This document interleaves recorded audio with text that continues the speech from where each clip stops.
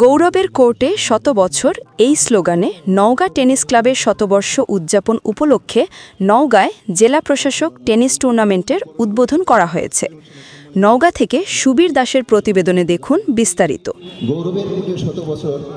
গতকাল বুধবার সন্ধ্যায় নওগাঁ টেনিস ক্লাব প্রাঙ্গণে প্রধান অতিথি হিসেবে টুর্নামেন্টের উদ্বোধন করেন রাজশাহী বিভাগীয় কমিশনার খোন্দকার আজিম আহমেদ।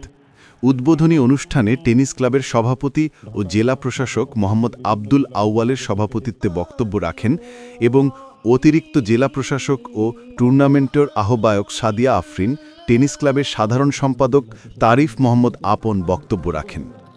এ সময় বগুড়া জেলা প্রশাসক হোসনা আফরোজা, জয়পুরহাট জেলা প্রশাসক আফরোজা আক্তার চৌধুরী সহ জেলা ও উপজেলা প্রশাসনের কর্মকর্তা, স্থানীয় গণ্যমান্য ব্যক্তি, টেনিস ক্লাবের সদস্যরা উপস্থিত ছিলেন। টুর্নামেন্টে ঢাকাসহ বিভিন্ন জেলার মোট ২১টি দল অংশগ্রহণ করছে।